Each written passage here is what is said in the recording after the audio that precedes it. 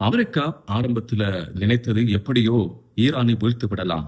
அமெரிக்காவும் இஸ்ரேலும் இணைந்து தாக்குற தாக்குதல ஈரான் பின்வாங்கி அப்படியோ கால மண்டியிட்டு விழுந்துடுவாங்க அப்படின்னு அமெரிக்கா நினைச்சது.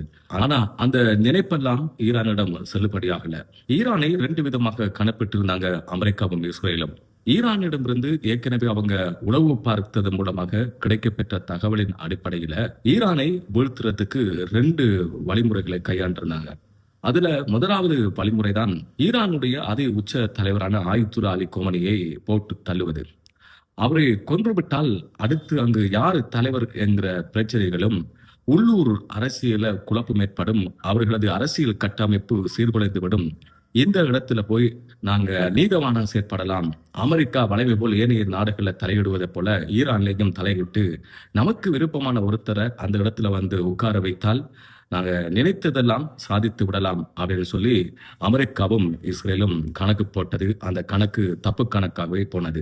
அமெரிக்காவுக்கும் இஸ்ரேலுக்கும் ஈரானுக்கும் இடையில பேச்சுவார்த்தை நடந்துட்டு இருந்தது. அமெரிக்காவுக்கும் ஈரானுக்கும் இடையிலான அணுசக்தி சம்பந்தமான பேச்சுவார்த்தை நடந்துட்டு இருக்கிற இந்த நேரத்துல தான் அமெரிக்கா சொல்லாமல் கொள்ளாமல் ஈரானுடைய அதி உச்ச தலைவரான ஆயத்துல்லா அலி கோமனியை கொன்றது.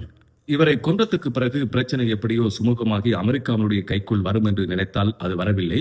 அதுக்கு பிறகுதான் பிரச்சனை ஈரானில விஸ்வரூபம் எடுக்கிறது. இப்படியெல்லாம் ஈரானுக்கு நடந்தால் அடுத்த கட்ட நடவடிக்கைகளை ஈரான் என்ன செய்யணும், எப்படி நடக்கணும் அப்படிங்கிற விஷயத்தை எல்லாமே ஈரான் ஏற்கனவே திட்டமிட்டு வழிவகுத்து அழகாக செய்திருந்தாங்க. தனக்கு விருப்பமான ஒருத்தரை அங்கு கொண்டு வந்து நிறுத்தலாம் அதிவுச்ச தலைவராக என்று நினைத்து அது பலிக்காமல் போனதுக்கு பிறகு நம்ம அடுத்த கட்ட நடவடிக்கைகளை மேற்கொள்ளலாம். ஆயுதம் மூலமாக தொடர்ச்சியாக ஈரானை தாக்கி முழுமையாக சேதப்படுத்தி தங்களுடைய கட்டுப்பாட்டுக்குள்ள ஈரானை கொண்டு வரலாம் அப்படின்னு சொல்லி அமெரிக்கா கணக்கு போட்டது. அமெரிக்காவும் இஸ்ரேலும் இணைந்து தாக்குதல் நடத்துவது, அந்த தாக்குதலால் ஈரான் அடிப்படையில அப்படின்னு சொன்னா தங்களுடைய நேச நாடுகளை கூட்டாளிகளை அரவணைத்துக் கொண்டு வளைத்து சுத்தி ஈரானை தாக்குவது. தாக்கினா ஈரான் அப்படியோ சுக்குநூறாகிவிடும், தாங்கள் பிடித்து விடலாம், தங்களுடைய கட்டுப்பாட்டுக்குள் கொண்டு வரலாம் என்று 2 கனவுகளை கண்டிருந்தாங்க. ஆனா அந்த 2 கனவுகளும் அங்க ஈரானிடம் அது செல்லுபடியாகல. ஈரான் அதுக்கு எதிராக பழி தீர்த்தது. அமெரிக்கா நேச நாடுகளை கூப்பிட்டது, வாங்க ஈரானுக்கு எதிராக போராடுவோம், ஹோமுஸ் நீரிணையை நம்ம பாதுகாப்போம் அப்படி எல்லாம் சொல்லி கூப்பிட்டது. ஆனா அமெரிக்காவுடைய நேச நாடுகள் நேற்று நாடுகள் நாங்க வரமாட்டோம், நீங்க பாத்துக்கோங்க, நீங்களாகவே தொடங்கினத்தை நீங்களா முடிச்சு கொள்ளுங்க, எங்களை இதுல வந்து இழுக்க வேண்டாம், இந்த வம்புக்குள்ள இழுக்க வேண்டாம் அப்படின்னு சொல்லி மற்ற நாடு எல்லாமே மறுத்து விட்டது. உலக வல்லரசான அமெரிக்காவுக்கு இது ஒரு பெரிய தலையீடியா இருந்தது. செருப்பால அடிச்ச மாதிரி இருந்துச்சு. என்னடா செய்யறது, இப்ப ஆரம்பிச்சிட்டோம், பின்வாங்கவும் முடியல அப்படின்னு இருக்கிற நேரத்துல தான் சரி தொடர்ந்து தாக்குவோம் அப்படின்னு சொல்லி தங்களால முடிந்த அளவு முயற்சி செய்து தாக்கிட்டு இருந்தாங்க. ஆனா அதுவும் பலிக்கல. ஈரான் தன்னிடம் இருக்கின்ற அணு ஆயுதங்கள் மூலமாக, புதிய புதிய நவீன ஆயுதங்கள் மூலமாக அமெரிக்கா தாக்கினா அதுக்கு எதிர்த்தாக்குதல் மறு தாக்குதலை மிக வேகமாகவும் துல்லியமாக நடத்தினாங்க. இஸ்ரேல் தாக்கினாலும் அதுக்கு எதிராக தாக்குதல் நடத்தியிருந்தாங்க. ஏட்டிக்கு போட்டியாக பலமான முறையில ஈரானிடமிருந்து தாக்குதல் நடந்தது. இதுக்கு ஈடு கொடுக்க முடியாம அமெரிக்காவுக்குள்ளே மிக பிரச்சனை உருவாகிட்டு அங்குள்ள முக்கியமான தலைவர்கள், அரசு தலைவர்கள், படித்தவர்கள், பொதுமக்கள் எல்லாமே தங்களுடைய பாக்கெட் காலியாகுது, நீங்க யுத்தத்துக்காக கோடிக்கணக்கான டாலர்களை செலவழிக்கிறீங்க, ஆனா ஒன்றுமே நடக்குது இல்லை, இங்க அமெரிக்காவுல விலைவாசி அதிகரிச்சிட்ட போது எங்களிடமிருந்த பணம் போயிட்டு இருக்கு, இப்படி போனா அமெரிக்காவுடைய பொருளாதாரம் அதுல பாதாளத்துல விழுந்து விடும் அப்படின்னு சொல்லி யுத்தத்தை நிறுத்துங்க, நீங்க இப்படி போறது சரியில்லை அப்படின்னு சொல்லி மக்கள் கேள்வி கேட்க ஆரம்பிச்சாங்க. படித்தவர்கள் கேள்வி கேட்க ஆரம்பிச்சாங்க. அங்குள்ள அரசு தலைவர்கள் இப்போ உள்ள ஜனாதிபதி டொனால்ட் ட்ரம்புக்கு எதிராக பேச ஆரம்பிச்சாங்க. நிலைமை மோசமா போகுது, இப்படியே போனா நம்ம வீட்டுக்கு அனுப்பிடுவாங்க, நம்மளை விரட்டி அனுப்பிடுவாங்க, நம்ம அமெரிக்காவுக்கு பெரும் துரோகம் செஞ்சதா போய்விடும், அமெரிக்காவை பிச்சைக்கார நாடாக மாத்தினா போய்விடும் அப்படிங்கிறதுக்காக என்ற அளவு முயற்சி எல்லாம் செய்து பார்த்து டொனால்ட் ட்ரம்ப்ல முடியல. இப்ப 5 நாள் போர் நிறுத்தம் அப்படின்னு சொல்லி அறிவிச்சிருக்கிறாரு. அந்த விழுந்தாலும் மீசையில மண் ஒட்டல அப்படிங்கிற மாதிரி இன்றைக்கு 23ஆம் தேதி திங்கட்கிழமை புளோரிடாவில் ஒரு செய்தியாளர் சந்திப்பை நடத்தி சொல்லியிருக்கிறாரு. நாங்க இப்ப ஈரானு கிட்ட பேச்சுவார்த்தை நடத்தி இருக்கிறோம். ஆனா இப்ப இருக்கிற அதி உச்ச தலைவரான மொச்சதபா கோமனி கிட்ட நாங்க பேசல. ஆனா அதை விட ஒரு முக்கியமான தலைவர் இருக்கிறாரு, அது உயர்வான தலைவர், நல்ல தலைவர் ஒருத்தர் இருக்கிறாரு, அவரிடம் நாங்க பேச்சுவார்த்தை நடத்திட்டு இருக்கிறோம். பேச்சுவார்த்தை வெற்றிகரமாக நடக்கிறது, சுமூகமா நடக்கிறது. எங்களுடைய உடன்பாடுகள், பேச்சுவார்த்தைகள், நாங்க என்ன நிபந்தனைகள் விதிச்சோமோ அதுக்கு அவங்க உடன்பட்டு வாரமா இருக்கிறது. எனவே சரியான முறையில சரியான முடிவை நாங்க எடுப்போம், இந்த பேச்சுவார்த்தை எங்களுக்கு வெற்றி அளிக்கும் அப்படின்னு சொல்லி அங்க அமெரிக்காவில செய்தியாளர் சந்திப்பை நடத்தி டொனால்ட் ட்ரம்ப் அறிவிச்சிட்டார். இவர் அறிவிச்ச உடனே ஈரானும் இதற்கு பதில் சொல்லியிருந்தது. அப்படியெல்லாம் நாங்க அமெரிக்கா அமெரிக்காவுடன் பேச்சுவார்த்தைக்கு போவதற்கு தயாரில்ல.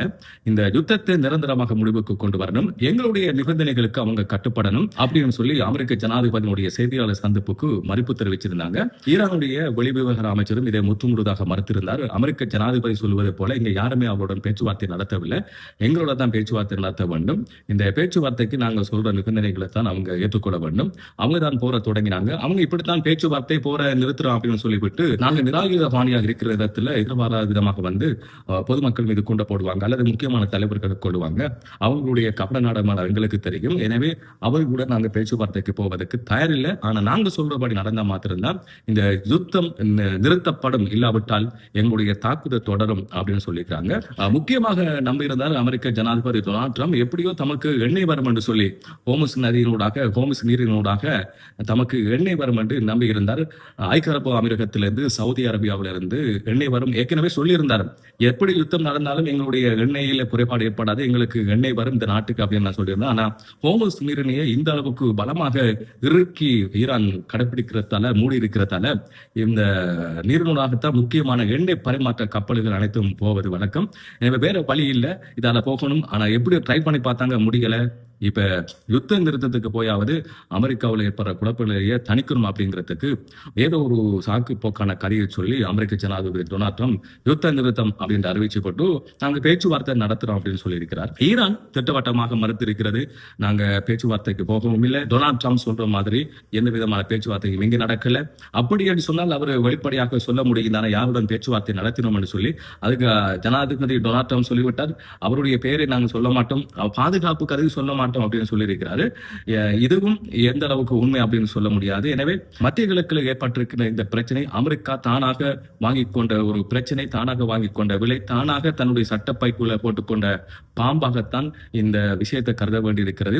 எப்படியோ ஏற்கனவே ஏனைய நாடுகளை தன் வசத்துக்குள்ள கொண்டு வந்த மாதிரி, கட்டுப்பாட்டுக்குள்ள கொண்டு வந்த மாதிரி, ஏனைய நாடுகளுடைய வளங்களை தன்னுடைய கட்டுப்பாட்டுக்குள்ள கொண்டு வந்த மாதிரி ஈரானையும் கட்டுப்படுத்தலாம் அப்படின்னு நினைச்சா அது சாத்தியப்படல.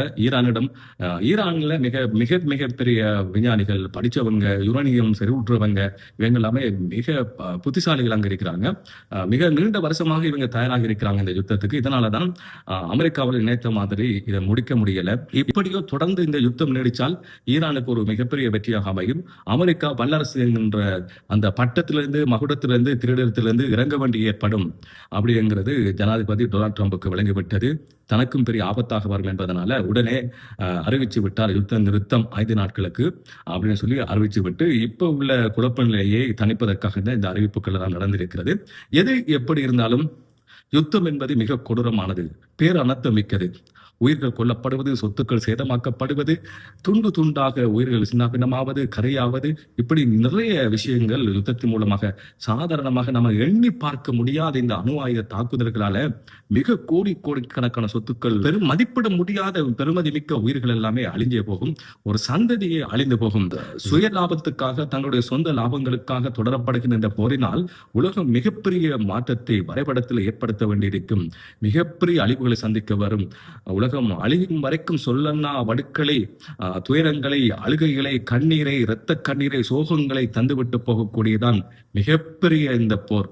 இந்த போர் ஓய வேண்டும், சமாதான பேச்சுவார்த்தை நடக்க வேண்டும். ஆனால் இந்த சமாதான பேச்சுவார்த்தை என்பது அமெரிக்கா சொல்லுவதைப் போல இல்லாமல் நீதி நியாயமான பேச்சுவார்த்தையாக இருக்கணும். ஈரான் சொல்லுவதைப் போலும் இல்லாமல் எல்லா தரப்புக்கும் நீதியானதும் நியாயமானதும் பேச்சுவார்த்தை நடந்து எல்லோரும் நிம்மதியாக சமாதானமாக இந்த பூமியில உலாவ வேண்டும், பூமியில வாழ வேண்டும் என்பதே பிரார்த்தனை. எல்லோரும் பிரார்த்திப்போம், சமாதானத்துக்காக எல்லோருமே பிரார்த்திப்போம்.